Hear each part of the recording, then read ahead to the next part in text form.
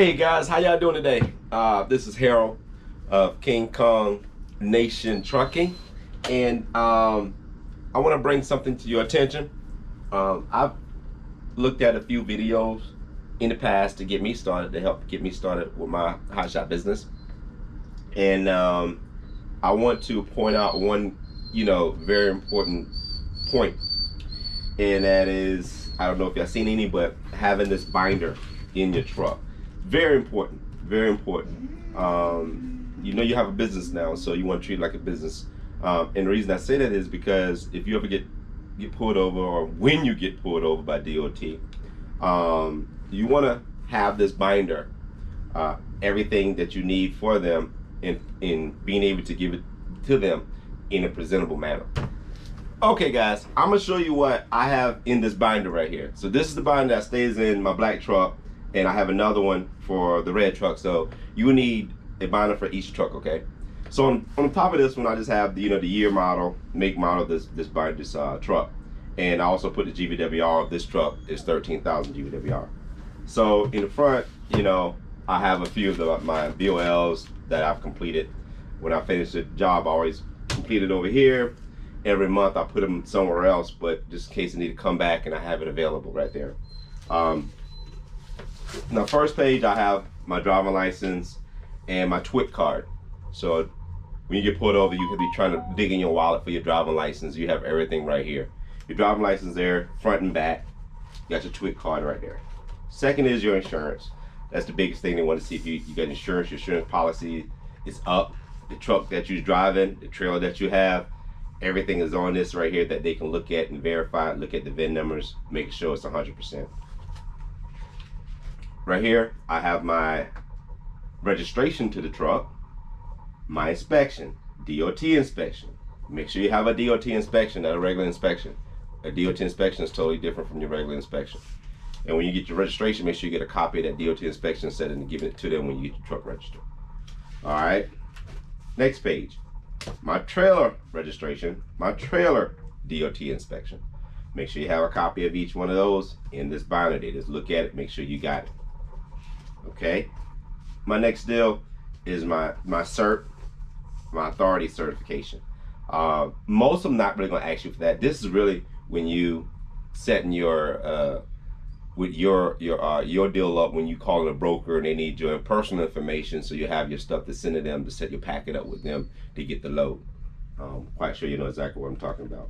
I also have my EIN number in here, my business EIN number in here, and my business name in here. Official business name, official EIN number. That's, again, I'm setting up with brokers to get my stuff set up with them, my packet.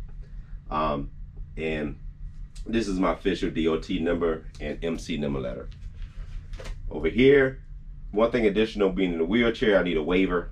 I need my my hand control waiver cert that I have done through the Austin, the Texas Department of Public Safety. I had to have this verified, checked, and everything before I was able to basically drive a commercial vehicle. So I have that personally in there. Sometimes the DOT guy may know that, he may not know it.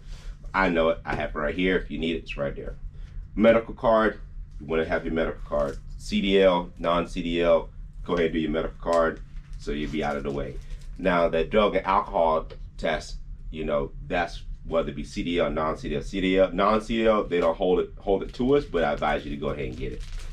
And then some of my UCRs that I paid at the last minute. They may be in the system that it's not showing that you paid, but if you get a receipt, put it in your book, so you'll notice. In case they pull up and say, oh, your UCR is not good, and you paid it, but you got a copy of it. There it is right there. So those are the main things right there, plus two more things at the back. When you have your ELD, electronic login device, on your dash, you're required to have the book to that ELD, whatever brand you use. Keep Trucking or Motive, you gotta have that book in here, the operational book. You need it in there. And also you need 8 days of a blank on logging. Also your driver's daily log. You need 7 days just in case your EOD does go out. You have some books, your blank logs that you can use just in case it goes out. And officially, you have to have some in your binder also. You have to have some in your truck. You put them in your binder, it's already here. So you don't have to worry about filling around. He asks you, do you have any blank logs, just in case your ELD go out. So this is your book right here. It's 100% mandatory. I 100% recommend that you get your binder in every truck that you own, even before your operation. So look at the video over again. These are the basic things that I have in my non-CDL binder in my truck. There may be a few things that you may need for the CDL, but I'm not there yet. So look at one of those videos so you'll be good. And I got stopped by DOT, I think twice already. Got my binder, looked through it, did my inspection. I was good to go. One inspection, I had needed some windshield washer fluid. He didn't really gig me on it. Told me to go get the deal, put it in there. He allowed me to do it. And one other time, I had my what was it? My cap, my bearing cap was glass. It was cracked, and they allowed me to unhook the trailer, go to like 2 exits down, buy the little cap, come back, put it on there, and I was good to go. So these are the things you want to have an extra. If you have those plastic cover grease caps, which you can put metal on them. I heard you put the metal on and it doesn't break as easy.